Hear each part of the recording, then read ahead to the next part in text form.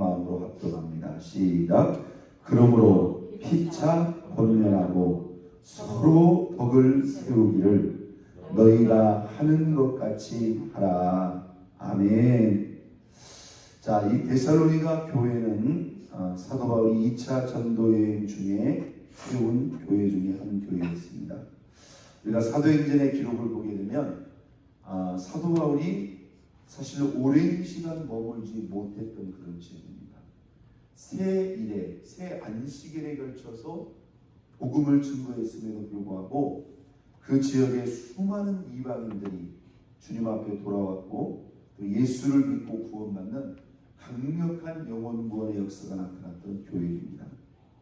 그런데 3주가 지나서 또 유대인들의 핍박이 시작돼서 사실 바울이 또 그 일행들이 신변의 위협을 느낄 그런 상황이 되어서 바울은 복음을 증거하고 이제 막 예수를 영접하고 또 그 구원의 은혜에 감격한 사실은 대부분 초신자들이고 막 개척된 그 교회를 두고 떠날 수밖에 없었던 그 교회가 바로 데살로니가 교회예요. 바울이 이 교회를 너무너무 사랑하고 참 너무너무 이 마음속에 걱정이 되어서 나중에 그 2차 전도여행을 가다가 같은 동역자인 디모데를 거꾸로 보냅니다.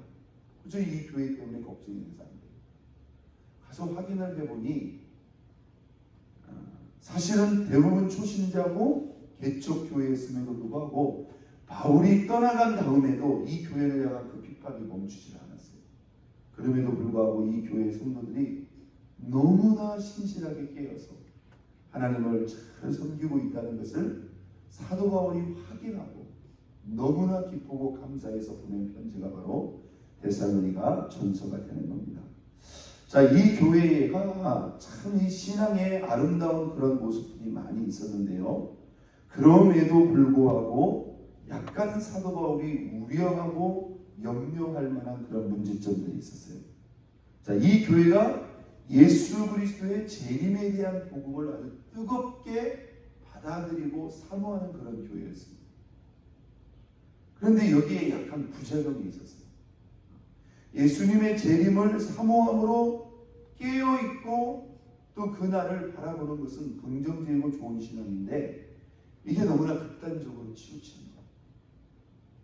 그래서 예수님의 그 재림에 대한 그러한 사모함 또 그거에 대한 너무나 집착한 나머지 그들의 일상의 정상적인 그런 부분들이 그 균형이 깨어지기 시작합니다. 너무나 거기에 치우치다 보니까 그들의 삶이 정상적인 그런 삶을 벗어나게 됐다는 거죠. 그래서 우리가 이 데살로니가 전후서에 보면 예수님의 재림에 대한 건전하고도 균형 있는 그런 신앙이 어떤 신앙인가? 사도 바울은 여전히 우리가 그 예수님의 재림을 사모하고 그 재림을 사모함으로 깨어 있어야 될 것을 말합니다. 그런데 주님이 언제 오실지 모른다고 하는 그 생각만에 너무나 치우친 나머지 삶과 신앙의 균형을 잃어버리고 또 너무나 거기에 치우친 그런 신앙에 대해서는 역시 경계하고 있었던 것을 볼 수가 있습니다. 그래서 우리가 오늘 이 본문에도 보면 역시 5장에서 5장 1절을 한번 보겠습니다. 형제들아 때와 시기에 관하여는 너희에게 쓸 것이 없다. 주의 날이 밤에 무엇같이 도둑같이 이룰 줄 너희 자신이 자세히 알기 때문이다. 역시 예수님의 재림에 관한 그런 말씀을 하고 있죠. 6절을 보겠습니다. 그러므로 우리는 다른 이들과 같이 뭐하지 말라. 자지 말고 오직 깨어 정신을 차릴지라. 깨어 있어야 될 것을 말씀하고 있죠. 그러니까 그들에게 이 예수님의 재림에 대한 신앙에 대해서 역시 사도 바울도 이건 중요한 부분이기 때문에 우리가 깨어 있어야 된다. 이렇게 강조하고 있어요. 그러나 그럼에도 불구하고 그거에 대해서 이렇게 불안해하는 그러한 성도들이 있었다는 거예요. 그러면서 바울은 오늘 본문에 이렇게 말합니다. 자, 11절 볼까요? 그러므로 어떻게 하라? 피차 권면하고 서로 덕을 세우기를 너희가 하는 것 같이 하라. 한번 따랐습니다. 피차 권면하고 서로 덕을 세우기를 서로 덕을 세우기를 너희가 하는 것 같이. 사실 이 데살로니가 교회는 이 부분에 대해서 잘하고 있었어요. 너희가 하는 것 같이, 너희가 지금 하는 것 같이 계속 어떻게 하나? 피차 권면하고 서로 덕을 세우는 것 같이 지금 너희가 하는 것처럼 계속 잘할 것을 권면하고 있습니다. 여러분, 우리가 이 재림에 관한 신앙의 부분뿐만이 아니라 우리가 신앙생활 하다 보면 사실 성도들의 신앙의 수준, 깊이, 상태에 따라서 이렇게 힘들어하거나 뒤처지거나 또는 흔들리거나 시험에 빠지는 그런 성도들의 모습을 보게 됩니다. 여러분, 그렇게 할 때 여러분들은 어떻게 하시나요? 우리가 그때 그들을 어떻게 해야 돼요? 붙들어 줘야 됩니다. 오늘 이 본문의 말씀이 뭐냐? 피차 보아라, 권면하라. 그리고 서로 덕을 세우게 하라. 서로 덕을 세우는 가운데 너희들이 힘쓸 것을 말하고 있습니다. 여기서 여러분, 피차 권면한다는 게 뭘까요? 돌아보고 챙기고 그들을 세워줄 것을 우리에게 말씀하고 있습니다. 여기 권면한다고 하는 이 표현이 다른 번역성에 오면 위로한다는 그런 표현으로도 나오고요. 또 여기서 덕을 세운다고 하는 이 표현이 아주 다양하게 번역되고 있는 것을 볼 수 있습니다. 한번 닿습니다. 서로 도와주라. 서로 힘이 되어주라. 서로 세워주라. 그렇습니다. 여러분, 믿음이 있는 사람도 항상 믿음이 있는 게 아니에요.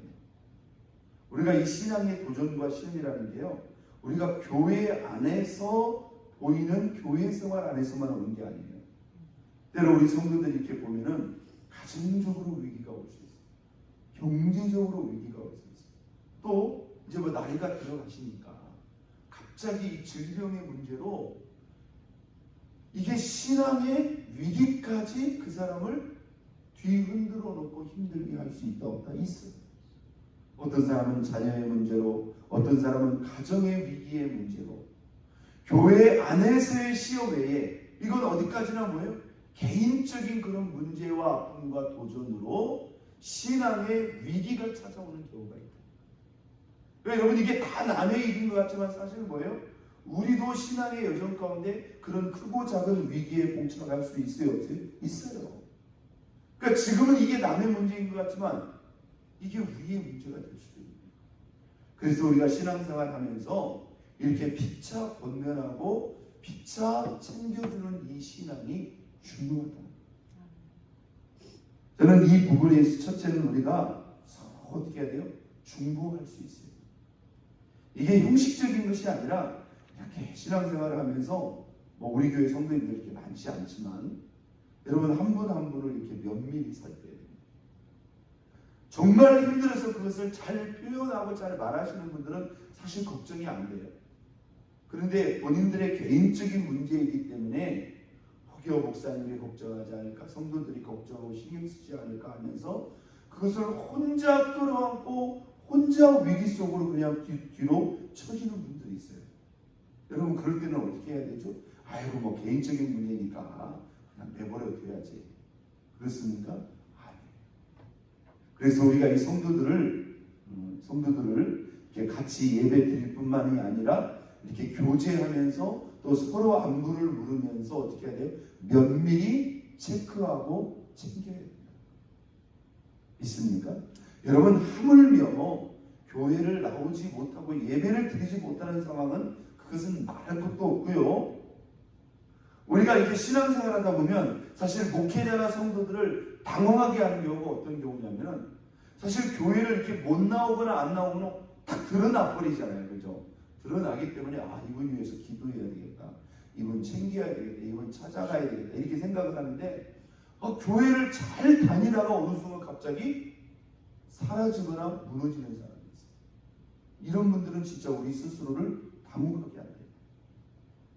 그래서 우리가 방심하지 말아야 될 게 뭐냐면 교회 잘 나오고 있고 예배 잘 드리고 있으니까 문제 없다. 맞습니까? 이렇게 생각해서는 안 된다.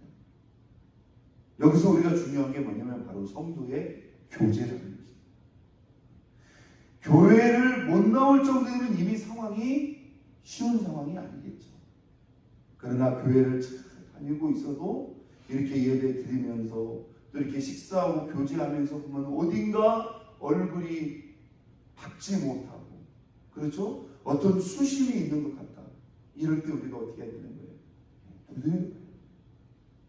교회에서 조금 말하기 뭐하면 이렇게 따로 전화를 해서라도 요즘에 어려운 일 없으시냐고 이렇게 챙기면서, 첫째는 우리가 그들을 위해서 어떻게 해야 돼요?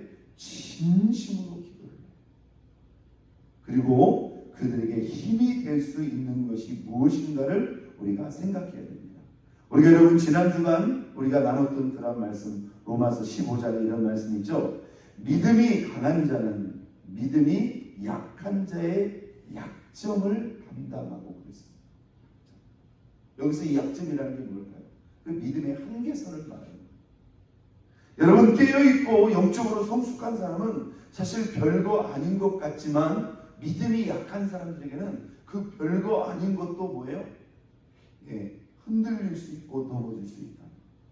믿음이 강한 자는 마땅히 믿음이 약한 자의 약점을 담당해줘라. 이것이 바로 뭐예요? 그러면서 하시는 말씀이 믿음이 약한 자의 약점을 감당하고 자기를 뭐하지? 기쁘게 아니하지. 여러분, 모든 예수 사랑의 시작은 뭐라고 그러죠?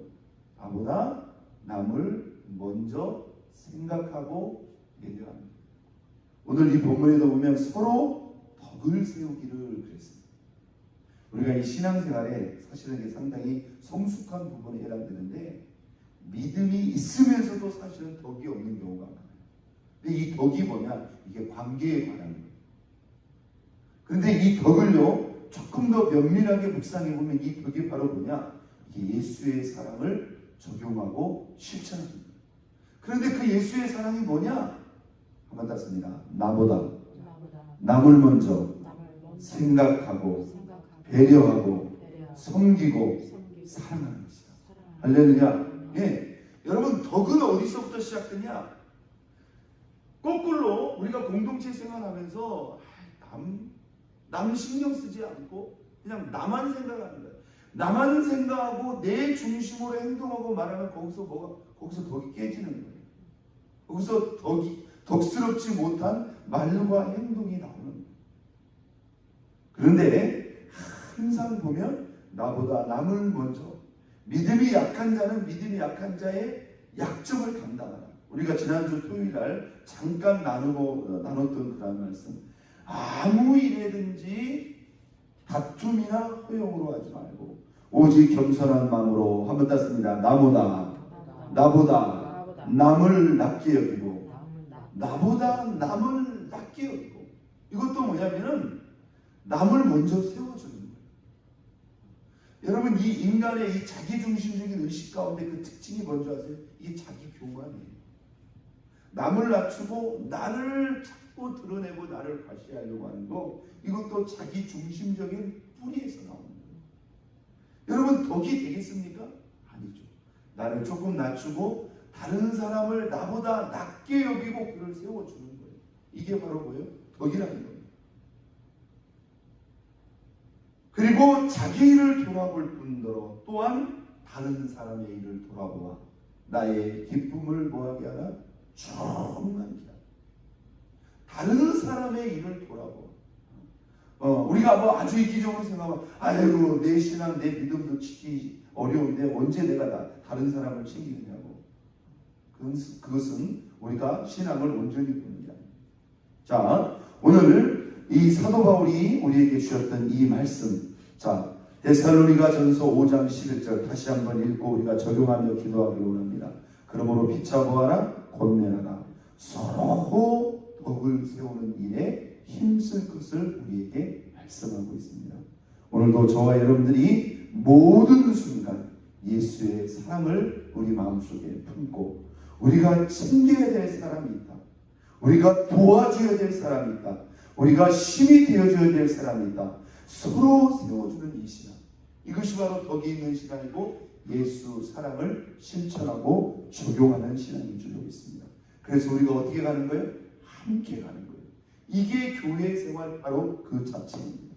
그래서 우리가 권면하고 덕을 세우는 가운데 서로를 세워주는 아름답고 복된 그런 믿음과 공동체 신앙이 될 수 있는 저와 여러분 모두가 될 수 있기를 예수 그리스도의 이름으로 축원드립니다.